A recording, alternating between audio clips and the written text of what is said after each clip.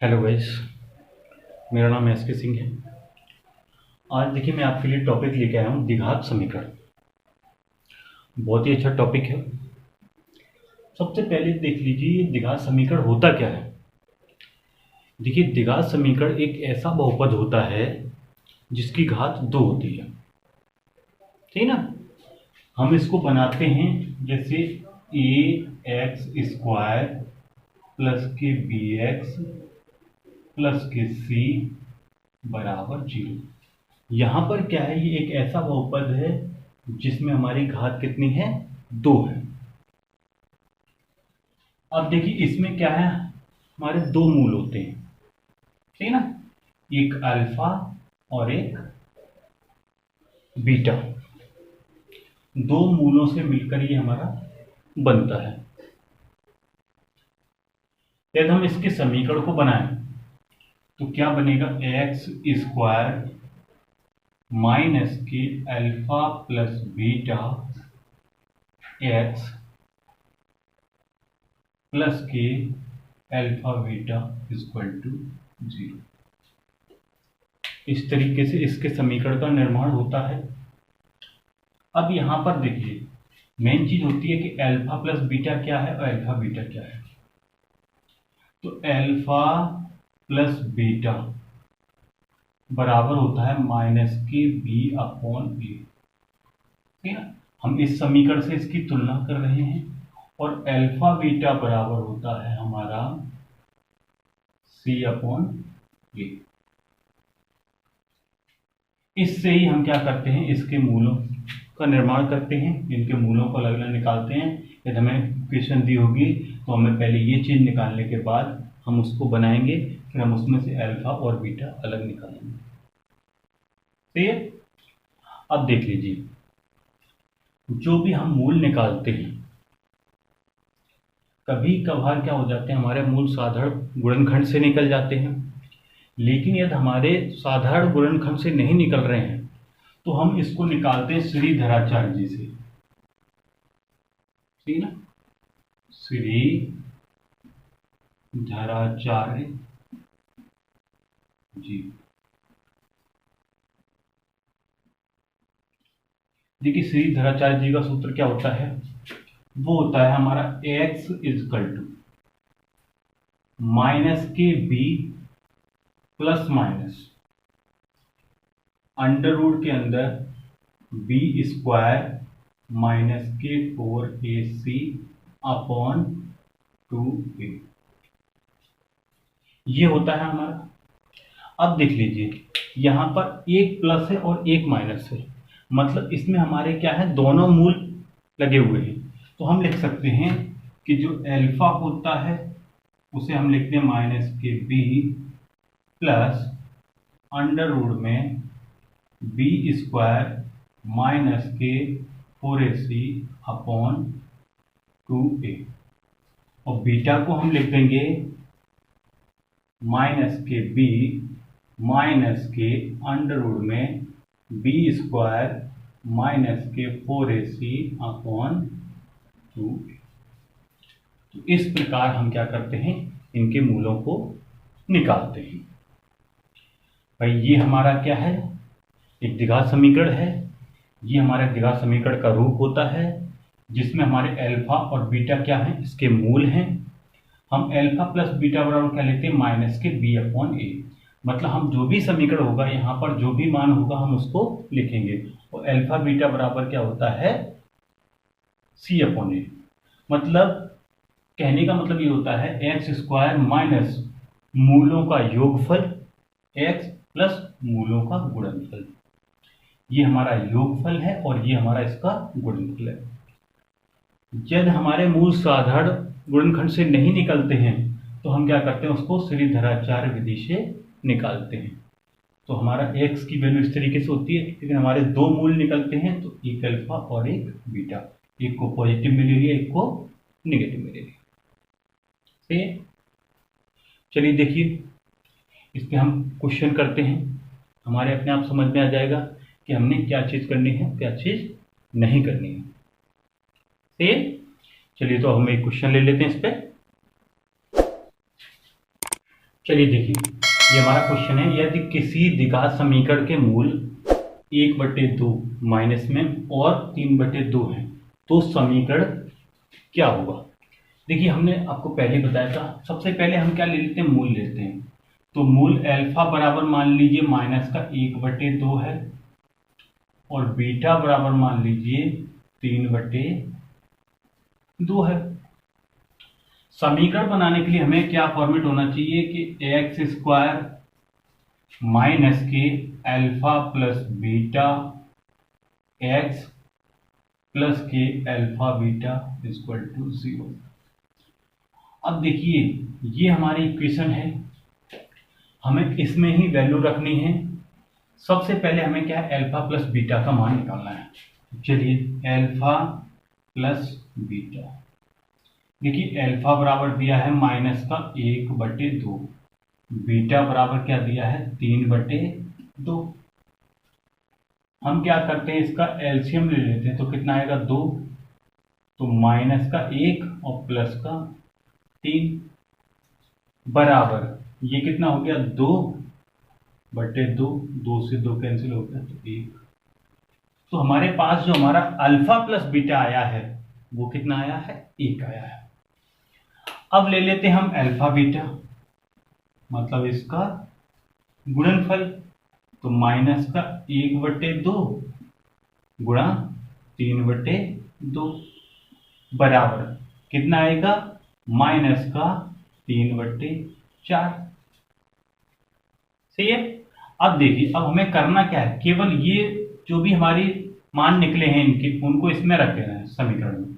तो हमारा x square minus alpha plus beta की जगह पे कितना आया 1, सही ना, तो 1 into x plus alpha beta की जगह कितना आया है माइनस का 3/4 बराबर 0। हम इसको कैसे लिखेंगे, एक्स स्क्वायर माइनस का एक्स माइनस का 3/4 इक्वल टू 0। इसको हमने क्या किया, इस तरीके से एलसीएम ले लिया इसका 4, तो ये हमारा क्या हो जाएगा 4x स्क्वायर माइनस के 4x माइनस के 3 बराबर 0। यहां पर हम 1 लगा के क्रॉस में मल्टीपल कर देंगे। देखिए ये तो 0 हो जाएगा, हमारे पास जो इक्वेशन बन के आएगी वो क्या आएगी 4x स्क्वायर माइनस के 4x माइनस के 3 इक्वल टू 0।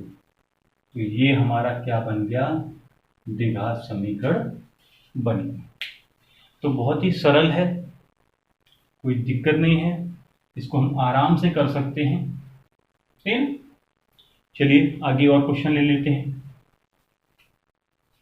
चलिए देखिए, आगे हमने क्वेश्चन ले लिया कि समीकरण x square minus 7x plus 12 equal to 0 के मूल ज्ञात कीजिए। देखिए हमारा सिंपल सा गुणनखंड है, ये आराम से हो जाएगा। क्योंकि देखिए हम मेन चीज क्या करते हैं, जैसे हमारा दिया हुआ है एक्स स्क्वायर माइनस के 7x प्लस के 12, तो जहां पर a और c के स्थान पर जितने भी जो अंक होते हैं हम उसको मल्टीपल कर लेते हैं। तो यहाँ पर तो 1 है, यहाँ पर 12 है। अब जो ये 12 बचा हुआ है हम इसका क्या करेंगे, 12 का गुणनखंड कर देंगे, अलग अलग फैक्टर। तो 2 छक्के 12, 2 तिये 6, 3 एकम 3। अब इन्हीं गुणनखंडों में से हम क्या करेंगे, जो 7 है जोड़ के घटा के कैसे भी आना चाहिए। तो देखिए 2 दूनी 4 और 3 7 होता है। तो हम यहां पर क्या करेंगे, एक्स स्क्वायर माइनस, हमें चाहिए किसका, माइनस का चाहिए, तो 4x माइनस के 3x। भाई दोनों माइनस के तभी तो जुड़ के हमारे 7x बनेंगे बराबर 0। हमने क्या किया, x कॉमन ले लिया तो क्या हो गया x माइनस के 4, यहां से -3 कॉमन ले लिया तो x माइनस, क्योंकि ये माइनस है ये प्लस है तो यहां पर माइनस आ जाएगा तो x माइनस 4 बराबर 0। देखिए x माइनस 4 हमने कॉमन ले लिया तो हमारे पास बचेगा क्या, x माइनस 3 बराबर 0। अब देखिए दोनों हैं तो हम इसको लिख सकते हैं कि x माइनस 4 बराबर 0 और x माइनस 3 बराबर 0। यहाँ से हमारा x बराबर 4 निकल के आएगा और यहाँ से हमारा x बराबर 3 निकल के आएगा। तो कहने के लिए हमारे मूल क्या हो जाएंगे, मूल हो जाएंगे 4 और 3। सही है। इस तरीके से भी हम अपने मूल निकाल सकते हैं। ये हमारी गुणनखंड विधि है, बिल्कुल सिंपल विधि है। सही है ना।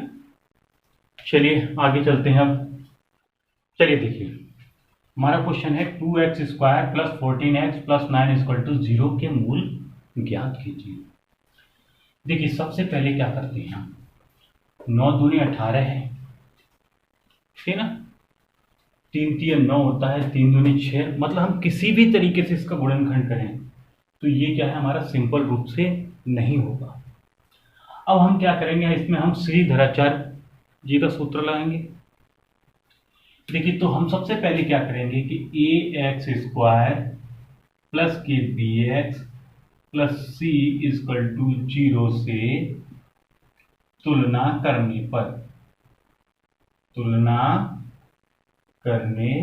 पर देखिए जब हम तुलना करेंगे तो ए बराबर हमारा कितना है 2 है, बी बराबर हमारा कितना है 14 है और सी बराबर कितना है हमारा 9 है।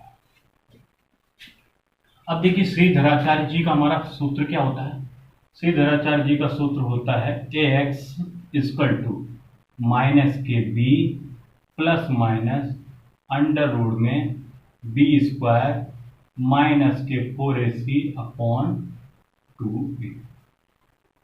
चलिए हम इसी को सॉल्व कर देते हैं। माइनस बी मतलब माइनस बी की जगह कितना है 14 प्लस माइनस अंडर रूट में बी स्क्वायर मतलब 14 का होल स्क्वायर माइनस के 4 इंटू ए की जगह पे 2 और सी की जगह पे 9 बटे 2 इंटू। अब देख लीजिए ये हमारा कितना आ गया माइनस के 14 प्लस माइनस, सबसे पहले हमें क्या करना है 14 का वर्ग करना है, ठीक है ना। 14 का वर्ग कितना होता है हमारा 196 माइनस, इसको मल्टीपल कर लेना है। देखिए ये कितना हो जाएगा 4 दूनी 8 और 8 निम 72 बटे 4। आगे माइनस के 14 प्लस माइनस अंडर रूट के अंदर हम इसको घटा देंगे। देखिए 6 में से 2 गया तो 4 हो गया, 9 है 9 में से 7 गया तो 2 हो गया और ये हमारा 1 बटे 4। अब देखिए अब हम करते क्या है यहाँ पर, भाई ये हमारा कितना है 124 है। हम क्या करते हैं 124 के फैक्टर करके देख लेते हैं कि यदि हमारा कोई जुड़ा बाहर निकल के आ रहा है तो हम उसको ले सकते हैं। तो 2 से भाग दिया, 2 छक्के 12, 2 दूनी 4, फिर हमने 2 से भाग दिया, 2 के 6, 2 एकन 2, 31 हमारी अभाज्य संख्या आ गई, नहीं हो सकता है। अब देख लीजिए इसका क्या बनेगा हमारा माइनस के 14, ठीक ना, प्लस माइनस हमारा कितना बाहर आएगा 2 अंडर रूट 31 बटे 4। सही है। यहां से हमने क्या किया, देखिए 2 हमने कॉमन ले लिया तो क्या बचेगा माइनस के 7 प्लस माइनस अंडर रूट में 31 बटे 4, तो 2 दूनी 4। हमारा जो मान निकल के आया क्या आया माइनस के 7 प्लस माइनस 31/2। हम इन मूलों को अलग अलग कर लेते हैं, तो हमारा क्या हो जाएगा, एक तो हो जाएगा 7 प्लस √31/2 और दूसरा हो जाएगा -7 माइनस के √31/2। तो ये हमारे दो मूल निकल के आ गए, जिसमें से एक अल्फा और एक बीटा है। तो इस तरीके से हम सीधराचार विधि से सॉल्व करते हैं। फॉर्मूला भले आपको देखने में ऐसा लग रहा हो, लेकिन बहुत ही सरल है। बस एक बार आपने तुलना कर ली, मान रख दी, उसके बाद आपको केवल इसमें कैलकुलेशन करनी है। जहां पर माइनस प्लस की गड़बड़ी नहीं होनी चाहिए, बस इतना देखना है। और बहुत ही सरल क्वेश्चन है ये। चलिए आगे देखते हैं अब। चलिए देख लीजिए, ये बहुत ही मोस्ट इंपोर्टेंट चीज है इस टॉपिक की कि द्विघात समीकरण के मूलों की प्रकृति कैसे होती है, हम किस तरीके से पता करते हैं उनके मूल कैसे हैं। भाई जो मूल निकलते हैं वो हमें बताने भी हैं मूल हैं कैसे। तो वहां पर क्या है, कंडीशन हमारी ये है, हमारा द्विघात समीकरण है एक। हम d = b² - 4ac से इन सभी की तुलना करेंगे, तब हम निकालेंगे। यदि d की वैल्यू 0 से ज्यादा होती है तो मूल कैसे होते हैं, वास्तविक होते हैं एवं असमान होते हैं। यदि d = 0 निकल के आता है तो मूल कैसे होंगे, वास्तविक होंगे और समान होंगे। d यदि छोटा निकल के आता है 0 से तो मूल कैसे होंगे, अवास्तविक, मतलब वास्तविक होंगे ही नहीं। यदि d 0 से बड़ा है और एक पूर्ण वर्ग बना रहा है तो क्या होगा, हमारा परमेय होगा, ठीक ना। और यदि d बड़ा है लेकिन पूर्ण वर्ग नहीं बना रहा है तो क्या होगा, अपरमेय होगा। तो ये 5 जो बिंदु हैं उनको आप ध्यान से देखें, क्योंकि अधिकतर क्या है, कंपटीशन लेवल में इसी टाइप के क्वेश्चन आते हैं। उसमें सॉल्व नहीं कर पाता, वो बस बोलता है कि ये वास्तविक है अवास्तविक है, तो हमें सॉल्व करके हमें बताना पड़ता है कि वास्तविक है या नहीं है। सही है। चलिए देखिए, हम एक इस पर क्वेश्चन ले लेते हैं, बहुत ही अच्छी तरीके से समझ में आ जाएगा। सही है।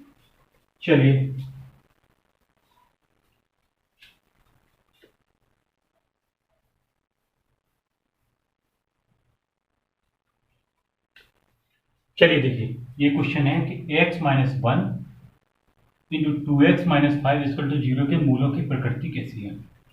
देखिए सबसे पहले तो हमें इसको क्या है, सॉल्व करना है सही से। देखिए हमें मल्टीपल करना है, तो ये क्या हो जाएगा, 2x² - 5x - 2x + 5 = 0। तो ये क्या हो गया, 2x² - 7x + 5 = 0। अब हमें क्या करना है कि ax² + bx + c = 0 से तुलना करने पर